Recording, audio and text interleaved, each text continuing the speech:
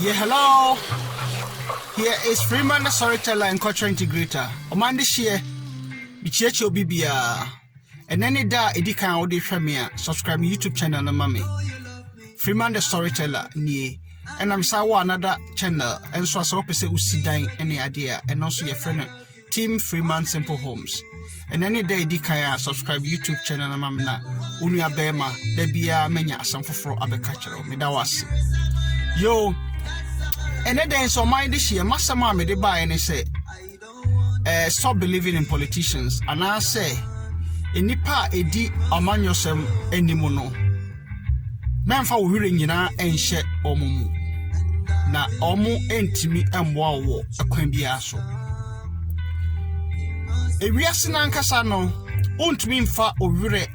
entu obi so anase untumi mfa wasem nyina entu obi so se ono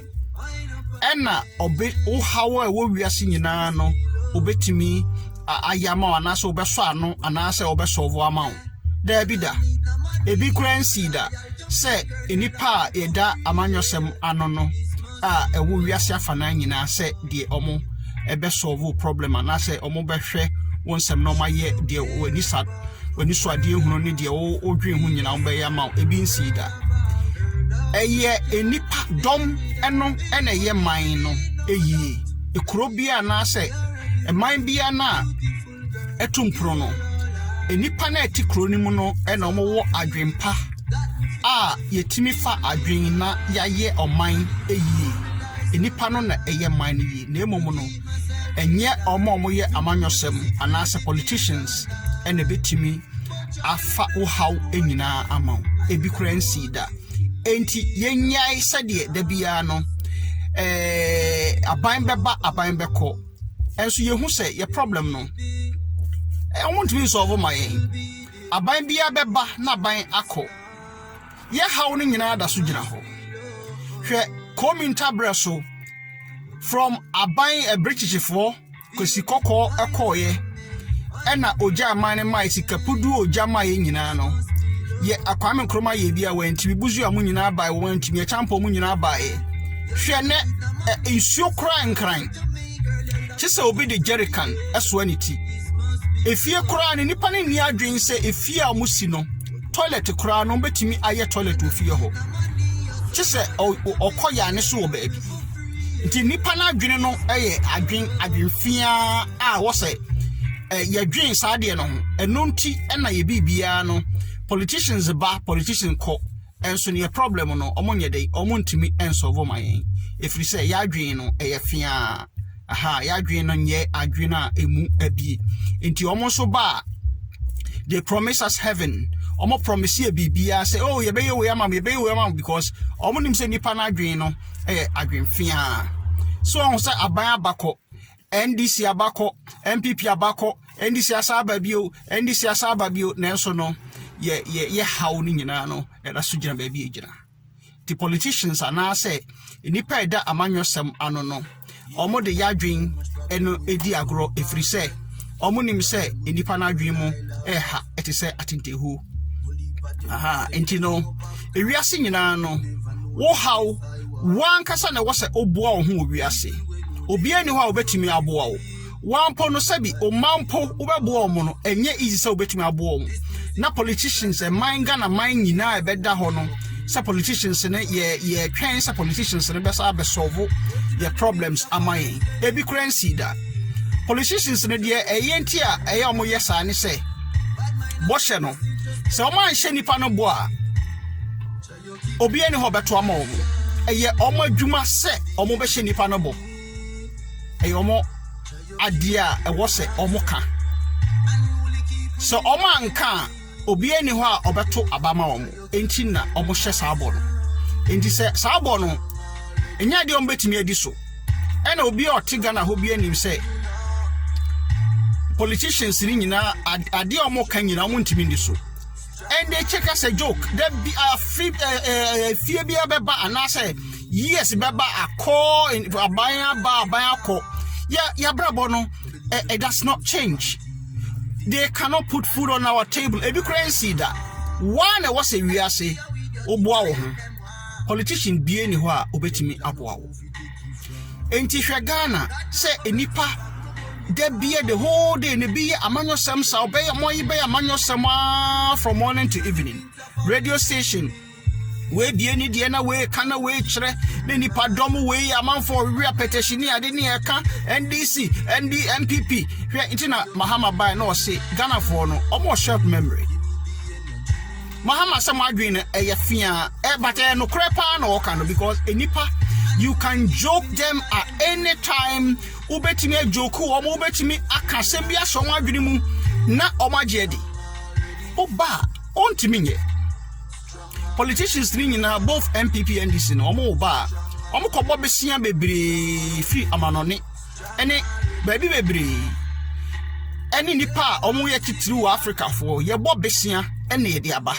nti omo ba first of all e was omo pay master no ena omo pay attention na omo ye dey baby omo nya sika free no omo tua enipa naka wo ye babunu na wo de wadwin nyina akọ amanyosam so a mesrew jiwadwin efri sa ade no so na amanyosam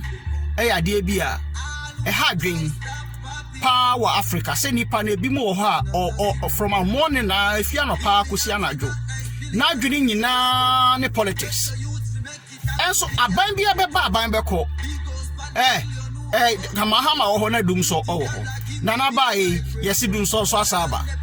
di omuntimi moa mo politician bi eni ho obetu wan kasa ene wo se obua wo oba abrochire ne ade a eni padom no a timam no am timamufo no ene echichiri kro omo ye bibia hwe Ghana se obi etimi asidan edan no koso be $1 billion na ekwan a ode fa so ode ba ne fie no ukaso onya onye obetimi ato a friend say mobile 2-3 trips edi aye ne kwan ode be fie na se dipa be 10 owo kwan no so no ebetimi aka omo ho abom na omo ato be 10 trips no mde aye kwan no o se otwa aban o ekwan a ofa so oba de fie kura no ontimi mba ba usi ne fie a ne fie ne tse de aburuchire wadwen no ewo he wadwen no wo he politician bi eni ho a omo betimi afa wo hawo ebi sida eyentro na santro no so no ewo se omo so omo adwuma no no se wo so omo ka asem bi eto otrim aye se be ma akope oba no ewo se wo ka nsem bi a oba na beto na sum enya sa obeka se be ma we kura agimifo enya sa onfa o serious engino se wan ka sem bi a oba no beka se waka sem bi na oba no wasere so wo na ne do no abete aha na esa won so no we take advantage aye the opposite way aha engino sa politicians no se oma mbemu na oma nka se eyoma adwuma enti sa promise no enye wrong e wo se omo ka bibia mo no ebeto mutirimu na mo no so na wo se mo fa mo ho adwen se aban beba aban beko Mahama ba be yebi wantimi anye ni nyina na nanso aba ono so nya de obetimi anye ni nyina kofo bae obeyebi wantimi anye ni nyina atames mo ne hwanhwan mo Rollins mo nyina be yebi o ma ntimi hwe yesi ena kwan ena we na nado wanye kwan ena Mahama wanye kwan ena say se Rollins mo nyina ye kwan a senka ne o ma ntimi anye ni nyina nya di a Rollins betimi afa Ghana ha wo nyina iti politicians no omo di mo ho agro keke if you say enipa no I wo timamufo no adwen tisatinte hu da bia mo short memory omo didi mi a yesa kokọ no odidi mi a na wapepa na no enipa ne ntimi mwawo da bia no stop believing in them menfa were nyina nhye politician fo ni menka amanyosem da bia nipa ye dwumaden dwene ekwan a obefa so obadwin akokan na boa wo ho e wo wiase politicians enya dia ombetimi aboa wo kwan bia so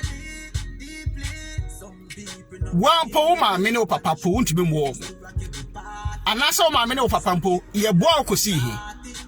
e na one politician be boa e man ni nyina onya dia ombetimi aye ne momu no e wo se omo kasem bia be to masomu a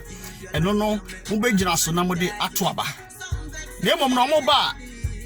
First of all, MPP and this in your mobile or some pay master no. The pakra or ma musika omo de ye. Sa 2,000 1 million 5 million there the chicha mamono. Movies everything. Movies as gan everything. Omo kwagije omo ko boss besia. And omo de be yes ade no. Nti omo wi a omo pay master no. E wo so omo tu omo cancer. Nti omo tu aka de be ka no. E de adwen omo no ho. Nti sa na de ne tie. Say ko Kennedy fia amanfo asala ya no pa obi ade ne problem oba office sika na Kennedy ochiche ni nyina office vi so anasa politicians no maka no amanfo be sala ya ni DC for amanfo be sala they cannot help you people. You need to help yourself. Someone na mo boa mo politicians they mo dwene ni di agro because mo adwen fia mo adwen emu harity sa atintehu enti omande hye amanyosem omomudi anim no yentimi emboa wo na emom ne wiase wo ba wiase wo se wa na wo boa wo obie ni ho afa tu trim na fa hye okotodwe mu se enipa bia wo wiase no obie ntimi mboa wo chese wa wo boa wo nipa kakra bi no munya obi boa wo nipa dom na wo wiase na nkasa no chese wo ye adwumaden na obompaye se odoma nkoma boa me ne kire me kwan a mefa so a mebo me bra enti no munyi mwadwen free politicians mo a mo kan radio so na internet so na bloggers a mo wo so da bia amanyosam na mo kan na de achi enso no aban beba aban beko obia nhu a obetimi aboa mo nti o man de hye yenyi yadwen free politicians so politicians can help you. They can't solve your problem. It is you eyewo wasede say oboa wo ho e man no mano timemufo no ene wo se omo ye adwumaden eboa man no na Ghana so fa ne ntuma papapra o man de hye medam ase eye mo sonfo pa ya apia nuama Freeman the storyteller ni aha na me other channel no so ye Team Freeman Simple Home so wo amano ne na pese usidan a aha no so betimi atie me na metu fo afa ekwan obefa so a betimi afa ontuma papafra na Ghana so se wo utimi ye bibia eboa Ghana ne ye nyina nso ye bibia na se Ghana no so konani medam ase mo subscribe me YouTube channel na mame abre nyina mu no nyina mu edi nkuta medam ase bye bye